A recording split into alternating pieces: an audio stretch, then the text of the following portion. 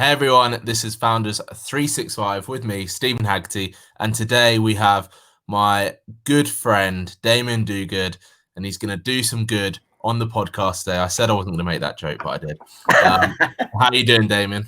I'm very good, Stephen. Thank you for having me. I'm very grateful to be here, and I'm really impressed with how your show's going. I've seen bits of it, and really impressed with your iTunes up the charts. Cheers, buddy. Positioning. Yeah, very that's the thing. That gets a bit addictive, actually, which that'll be a good thing to talk about in a bit. But for those of the people that don't know Damian, I mean, who doesn't know you? Let's give people a little bit of introduction in terms of who you are and what you do. Okay, so I'm Damian Duguid. I live in London. I'm a life coach. You're not a dating profile. Basically, I own Damian Duguid Coaching Services. So that is a business in three parts. So I've got the public part of the business where I coach and mentor young children, usually looked after children.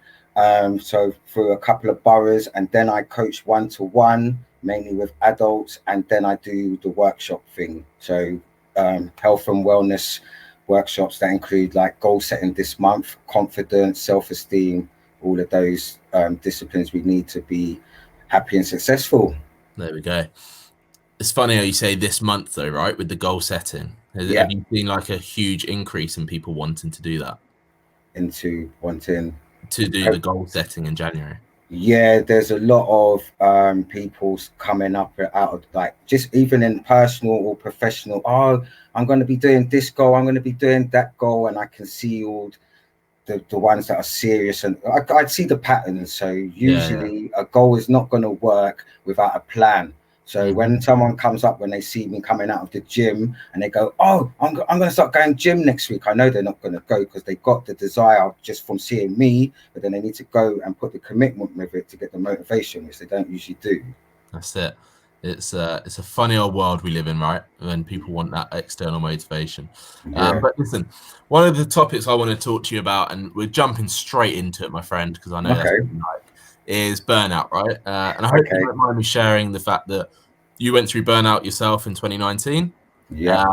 And what we were just saying before, obviously, we started recording, is how that a lot of people think that because you're a coach, that you should be like this Zeus type person that never gets ill, never has a bad thought, never like swears and all this other stuff that for some reason, and I don't know why, but it'd be interesting why you think that people think that.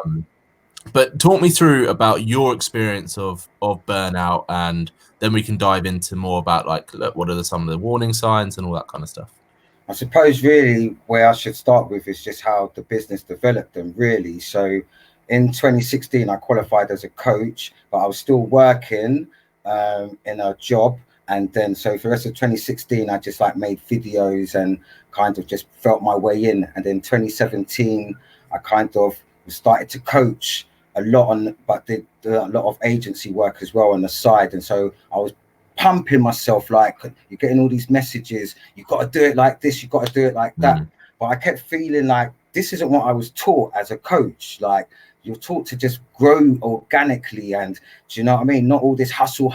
Yeah, the amount of noise out there. Yeah, and then all the noise. And then when we got into 2018, I smashed it. Like I got the clients, I got the public side of the thing, as I was telling you, and then I got the workshops as well. And I was into my second relationship after becoming a coach. And so I was doing this all, and I was even going around to my partner and to my family going, oh, I'm Superman. There's a Robbie Williams song, Man Machine. I'm a man machine. I was going, I'm the man machine. And I was kind of reveling in this kind of, I do everything. And when people don't help me, because I was kind of, underneath, I was quite pissed off that people wasn't helping me. Do you know what I mean? Because I seem to have this belief that people should be helping me, which wasn't really right, but I did. And so I'm just doing all of this. I'm doing the coaching, I'm doing the mentoring, I'm doing the workshops. So obviously what people weren't seeing is that's the front end. That's what you're delivering. But they're that's not like seeing your public side. Yeah, but they're not seeing all the work you got to do, all the rejections, all the failed meetings, all the people, and even all the success, all the work that it takes. And so it got to the point I was juggling way too many balls. On the mentoring side, there were so many logistical things that were going on, traveling, payment issues, all of these things. The coaching was just like going up, going down, depending on how much effort I was putting into everything. And I remember I had a coach at the time and I was thinking it, and then he said, you're a victim of your own success. You've got so much happening for you and you can't manage that all. So we talked about getting a VA, talked about getting a cleaner, but you know how it goes, Stephen. It's, I'm going to sort that, I'm going to sort that, I'm going to sort that. And also telling myself as well, if I sort everything out properly, maybe I don't need that as well. Do you know what I mean? So just doing everything. And then plus I was in this relationship with someone that lived by the seaside. And so it just all came on top. This last year, 2019, I was still doing everything. And then January, my granddad died. Then I split up with the partner. And then I started getting ill. Like these things were warning signs before, but I wasn't really listening to them. So then they started being too much. Like I don't want to be rude to your viewers, but I first started getting a pain in my testicle, and I did not know what this meant, and I had to go to the doctors. Then I was getting pains in my stomach. I remember we were chatting. I spoke to you as well. I remember speaking to you, and we didn't know what the hell was wrong with me, and I had to keep going back and forth to the hospital. Sorry, you were saying something. No, that's what I was about to say. That we chat quite a lot, but I remember around that time, and they didn't really know what was going on, and all these tests and like big scary things were being suggested, all this other stuff. But out of all of that's going on, you know, from 2018 when you were on it and you were living that Robbie Williams moment, to 2019. At what point do you think, looking back now, you were like burnt out, and when did it then catch up to you? I think keep going to the hospital, and then they're telling me like, oh, we've got to rule out cancer, we've got to rule out this, and then it's like they're kind of guessing. It's kind of process of elimination thing, as opposed to actually trying to hone in on something, which where the scariness comes from, because they're saying, right, we've got to rule out cancer. So then you've got to spend all this time waiting to go for these tests and stuff. So I think what I started realizing when I was going for these tests, I was doing a lot of research into, I don't know if you've heard of Bruce Lipton. Yeah, so coaches like him that talk about physical manifestations from stress and stuff. And I was starting to piece together that this was what was going on. I had a little bit of knowledge of this before, but all the research I was doing, and then learning about how much food can impact on you and all this. So it's yes, the workload and all that, but there's all these other factors as well that are coming in. I was going to bed at 2 o'clock in the morning. I was getting up early. I was just burning myself. Do you know what I mean? Like I said, I was on London transport all the time with all the people that from London will know it's horrible being on the underground. And as it was part of my role, I was going from one client to the other. I didn't realize that all of this was I was moaning so much to people, and I didn't realize like those negative environments were actually impacting me massively. It's like the tube is such a great example, and I always say the tube is like getting on a train with like Dementors from Harry Potter, you know, where they're trying to suck your soul. Yes. And you're completely right. If people outside of London, the tube is like a novelty. And it's like, oh, this really fun thing. Hey, let's take a photo on the Victoria line, all that kind of stuff. But when you're on it all the time, or not even all the time, even if you're on it like 2-3 times a week, and you're walking into that carriage, and as soon as you walk into that carriage, 99% of the time, because I have also had it when I walk in and you got this like really fun guy singing, and it's a really great moment, and you're like, oh, London's pretty cool. But most of the time, you're walking in on this tube, and as soon as you walk in, everyone's miserable. Everyone's like fed up. People are tutting because someone slightly touched their shoulder by complete mistake. It's not like someone walked on the train and said, "I'm coming for you, Stacey. I'm gonna like bash into your bag," right? Yes, I agree with that. Yeah, and the environment is something that has a huge impact on our health and our. I was going to say our health and our wealth, but it's true, right? Yeah. Because without your health, like when you were going through a doctor's appointment, it literally forced you to look at every other aspect of your life, right? Definitely. If you didn't start getting ill and wanting to like book that first doctor's appointment, what do you think would have happened in that sense of burnout? Because you would have still been on the roller coaster of Robbie Williams. What do you think would have happened? If I carried on how I was? Yeah. Well, like you said, health is more important than anything. That's what I really learned from this. And without your health, you can't do anything. And if I carried on, I would have been in hospital with like severe exhaustion, because I was getting some of the back pains and things. I've never had things like this before. And so, I was heading for hospital, mate. I think that's what's so scary, because the word burnout, I think, is almost thrown around a little bit now. I think so. A lot of people are talking about it. A lot of people are saying, I don't want to say it, but it's almost like it has to be a rite of passage. I agree. Right? It has to be like, oh, you have to be burnt out before you really know. It's like the new hustle, yeah? Oh, you have to hustle for you to be able to make, oh no, you have to go through burnout for you to realize. But looking back, what could you have done differently to avoid that whole situation? And maybe it's unavoidable, but what do you think you could have done differently? Basically, what I needed to do is what I did do, and that was my daily rituals and my daily habits. So obviously I'm a life coach, so I know about the daily rituals and habits and stuff. But what I was doing when I became a coach, everything I learned before went out the window.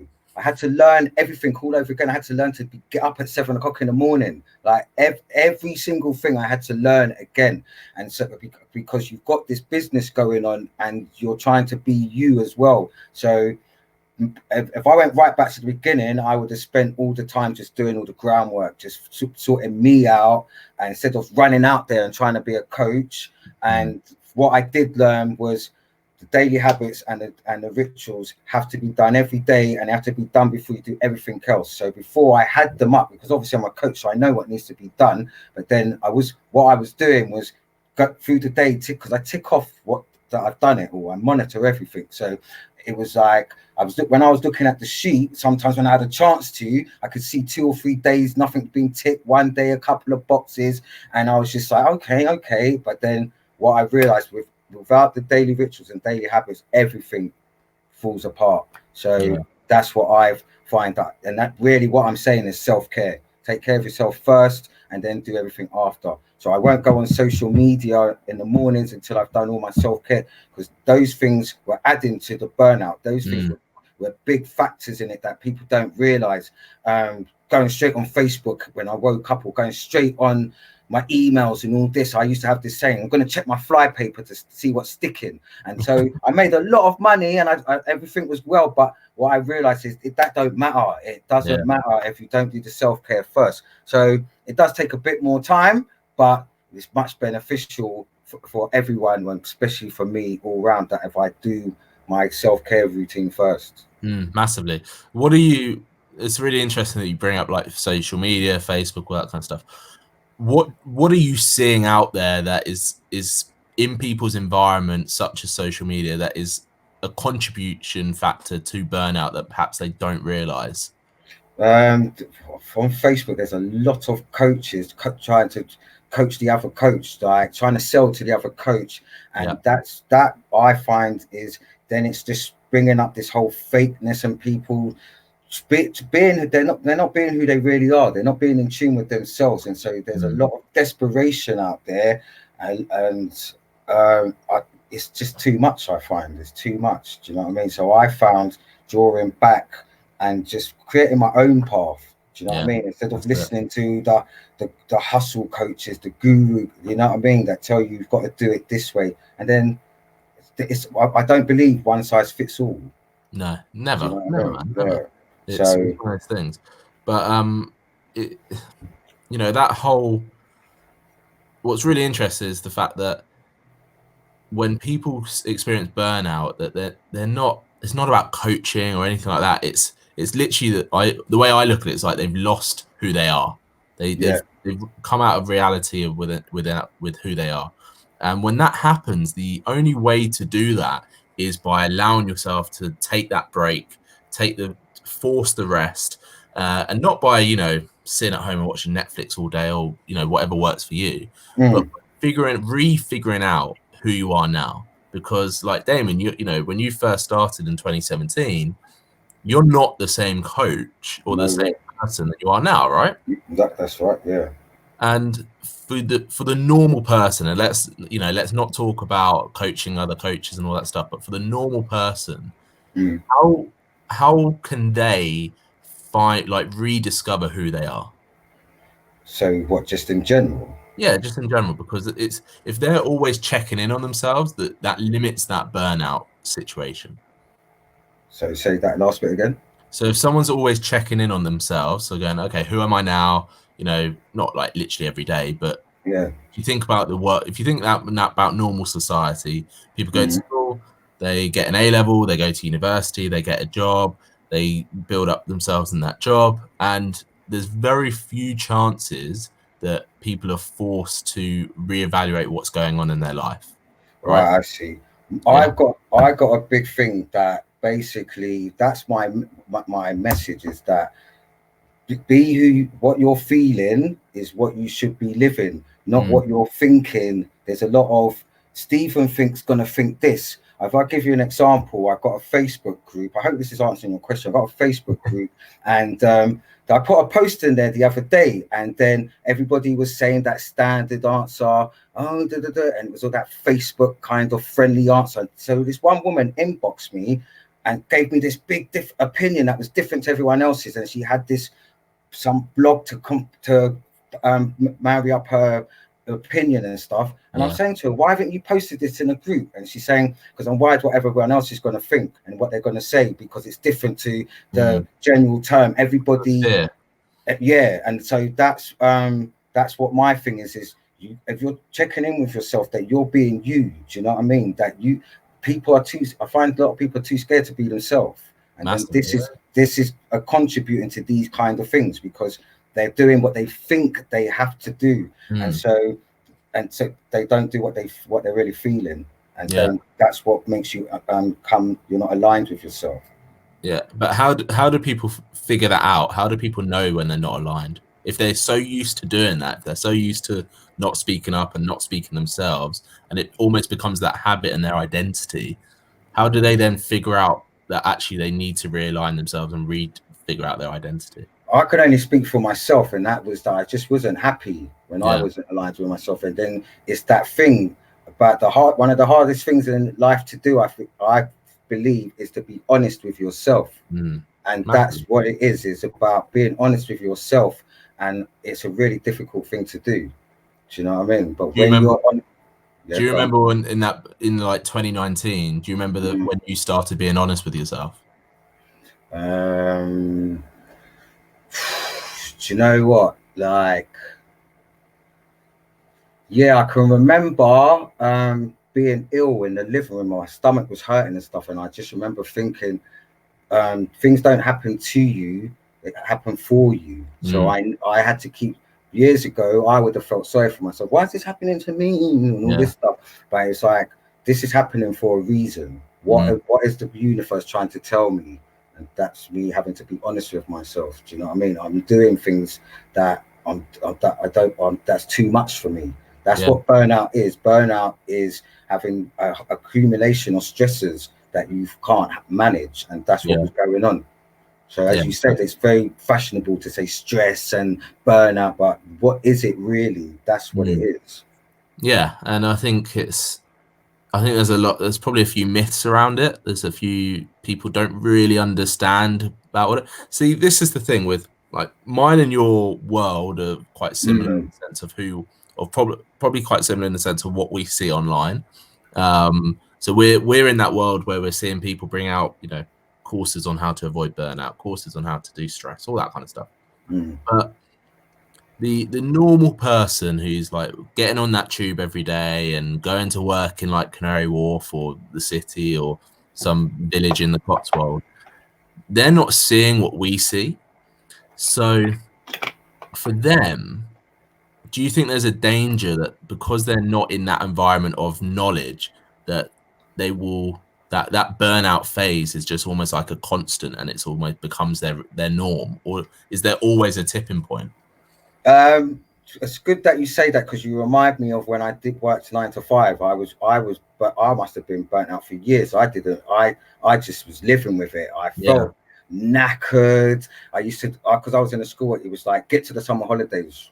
Get to the summer holidays, get to that next holidays, and then it becomes normal, doesn't it? It becomes normal.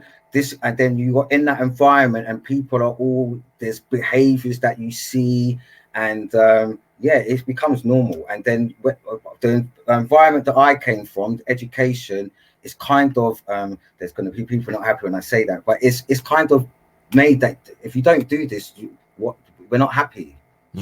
You should. I was speaking to someone yesterday, and he was saying how that the certain person sends emails at 3 a.m, and it's just accepted. You're meant to just work hard and late until you bust the gut. What are you moaning for? Just do the wine diet. Do you know what I mean?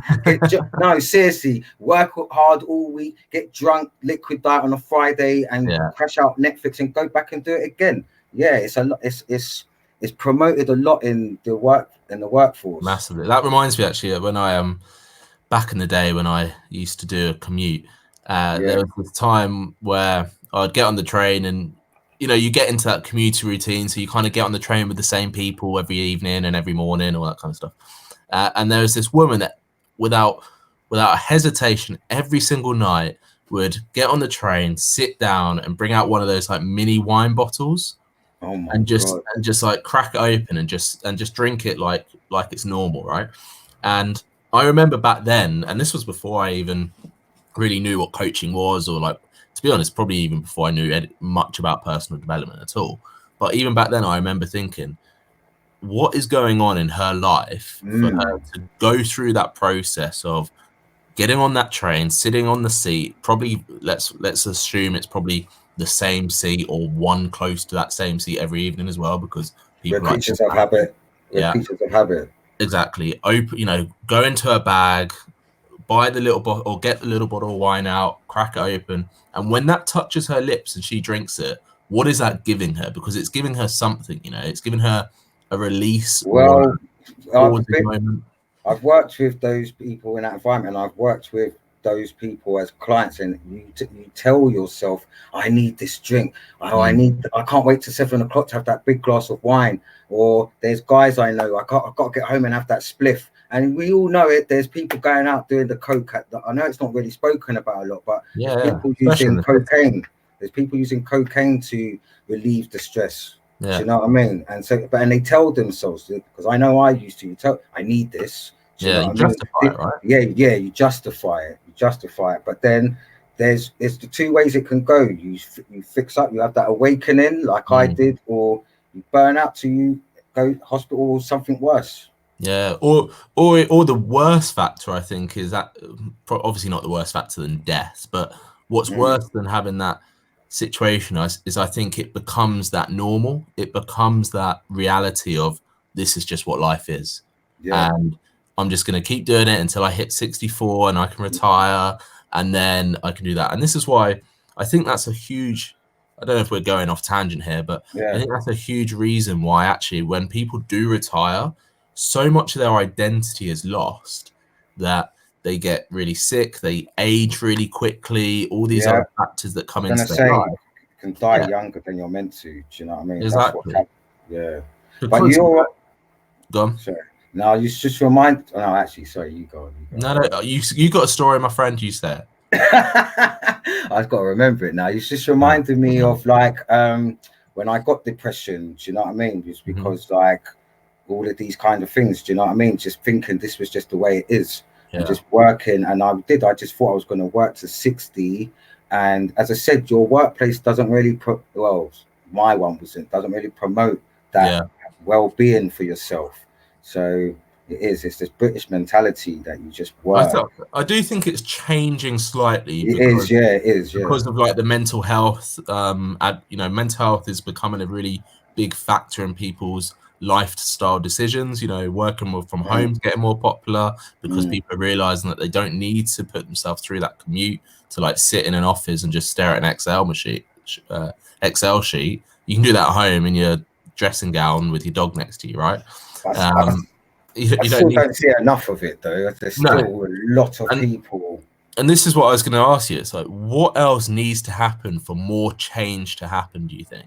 So for more people to get that like I said, and I know I did it. So I know I got frustrated with other people, but it's that thing of, I'm not taking this no more. This isn't what I feel. This is what they're telling me. This is what I've been taught, but it doesn't feel right. So I remember being in the workplace and you're saying things and then you get beaten down because it's that being that brave to say, like that woman in the group that says, do you know what I mean? I'm going to say what I really think and I really feel. So, but there is a shift in the consciousness, do you know what I mean? That we are moving into a lot of different times. It's quite confusing at the moment, but because there's a shift in consciousness on lots of levels. So hopefully we are going to get to more people like seeing what we saw, that if you actually work for yourself, you can escape that stress-free life, that stress life, so I say. Yeah. So yeah, it's about really that thing, like if someone's going to do something until they have to do something about it. Yeah, their backs up against the wall, right? And then so hopefully there might be someone that's going through that and says, you know what, I've watched these two guys and I don't want to get to that. I'm going to do something now. That's what we really have to. But really, you'd want that to be on a bigger scale that is promoted. Like I know you said that, but that's where you're going to see the change when the organizations and that make it a massive priority. Yeah, it's got to start from the top. I mean, I know there are some workplaces and they say like you can have a bit more relaxed work timetable and stuff, and some people are allowed to work from home some days and things like that. But yeah, we need to see more flexibility in. So it's that one size fits all again, isn't it? It's like, right, you work for us, you've got to do this and do it like that. But a lot of the time, people are well, from the background I came from, education, they do this stuff without really being asked. Do you know what I mean? They just burn themselves. But it's because you kind of feel like it's expected of you. Yeah. It's that assumption of this is the way it should be. Because this is the way it has been for 50 years or for however many long. I do think it's changed in terms of, more newer companies, more like new school mentality has the shifts in terms of having that especially in the workplace, having that things in place where, I know there's quite a few businesses out there that you can get free therapy, you can work from home, you can have spaces in the office where if you just want to chill and have some you time, you can do it. And it's not. I think what's happening is the stigma is getting broken down. So people are openly talking about it. But what I'm curious to know about your journey, especially sort of post burnout. What's happened since you realized you were burnt out. You've made some huge changes in your life. Now, what's the reality? What's your new normal? So the new Damian's ready to go, baby. So basically, what's happened is once I got burnt out, and then I got a coach and I got some mentors, and then I really focused. While I was working with them, I was really focusing on those daily habits and rituals, and slowly, because I'm a big believer in the universe and that as well. And one of the reasons I got burnt out is because the negative situations I was in, like the relationship, I'm thinking negatively. So I allowed that to happen. So making sure that those daily habits and rituals are done, then working with the coaches on mentors and on how to come up with a better coaching program, and then basically learning how to balance all three of the parts of the business together. But like I said, without that foundation every day, the rest of it falls apart for me. That's what I find. So that's what I promote to my clients, your daily habits. You must be, I've said it so many times today, because that's what really, it's just like you get up, you do these things, and then then you can go and do what you want, really. But make sure you can't have you can't have a successful business without a successful life. Yeah. And I think everyone's got to remember that they're the one that defines that success. That's right. That's right. So as I said before, I could go back to what I was doing before and make lots of money, but it's not healthy. Do you know what I mean? So look after yourself first. That's what I say to everybody. Take care of yourself first. And when I hear people say things to me, like especially like Christmas, when people tell me I've got to do this thing, I've got to do that thing. These are things that are going to give you this burnout, this stress, this horrible feelings. Just doing things you don't want to do. Yeah. So whether I know people might not like it, you got to do what you believe is right for you. And so you hear people, but they're not going to like that. So what? They're not living your life. No. They're going to just tell you off when you're ill. Why did it? It takes a lot of courage, right? Yeah, that's what I see. It's a lot of courage, and it isn't easy. But you got to think about, what is the life that I want? Yeah. What do I want for myself? What do I want for my family? Do you know what I mean? Or my loved ones? So yeah, for me, it was all about those foundations first, and then everything just seems to fall into place anyway. It's funny how that works out, isn't it? Yeah. It's like when things are going crap, everything else is going crap. When things are going good, everything else is going good. It's always related, always. That's what I find, that I don't. Well, I'm telling you, only I was thinking you might ask me what the key to success is, and that is, for me in business, it is doing those rituals and those habits every day, because then it's that consistency, it's that discipline, it's that focus, those things that we need. Do you know what I mean? To make those the key to your success, right? No one else's success. Yeah. That's what. Yeah, because everybody's key to success is different. So like when I started out, I remember this woman came to me on Facebook and she told me I wasn't successful because I didn't have my own staff. She said, when you have your own, she said, when you have your own staff, that means you're successful. But to me, I was successful because I made the leap from 9 to 5 to work for myself. And to me, that was the biggest thing I ever done in my life. That's success to me. So yes, your success is different for everybody. But how deep is she? Oh, do you know what? I used to get really peed off with people's comments in the early days, but that's what happens in the early days in business. People say it's their life. Everything's a test, though, isn't it? So you go through these trials and tribulations, and the other key to success is stay in power. As my mum said, my mum was right. She said it's stay in power. Mums are always right. That's the biggest key to success. Your mum is always right. That's it. As soon as you learn that, the better. But don't tell her that, though. I'll send her this, and she'll be thankful for it. But my last question, one that I ask every single guest, is: if anyone's watching this and they've gone through some of the stuff you've gone through, what are 3 things that you can give them that will help them? If they've gone through burnout. Yeah, so someone that maybe gone through burnout or is in that situation, maybe they don't realize. What are 3 tips that you can give? For just okay, so throwing you under the bus. Yeah, so 3 tips if you're actually going through the darkness. That's difficult because there's someone in the darkness, but really, it's that you've got to be honest with yourself. But as I said, that's quite difficult. I watched the program yesterday, and some lady's going through some eating disorder, and then I read somewhere that even though everyone's trying to help her and give her this advice, she can't see it. So it's getting that awareness. You've got to get that awareness. You've got to listen to what people are saying around you, because whether they're saying something, people don't lie. So whether they're not saying stuff and then you're picking up there's something wrong, or they're saying stuff, listen to what people are saying. Do you know what I mean? Because if you're not aware, then other people are. Do you know what I mean? Other people can notice it. But for me, it's about always monitoring yourself. So I do every day I do a daily productivity sheet. Do you know what I mean? So I can check in. How am I feeling today? What am I struggling with? And what I would suggest is always monitoring yourself. That's what I do. I constantly monitor. Monitoring also makes it more tangible. You can see change. You can, and you can see, like, if you've got a plan for something, like, I want to be doing this in 3 weeks or something, and you're doing this daily thing, you can see where things are changing, and then you can see, I need to do this different tomorrow. Whereas you're going on, this isn't working, I give up. Do you know what I mean? So monitor it. But again, I found that people find that really hard. But if you look in my office, there's so many things, so many charts, so many things.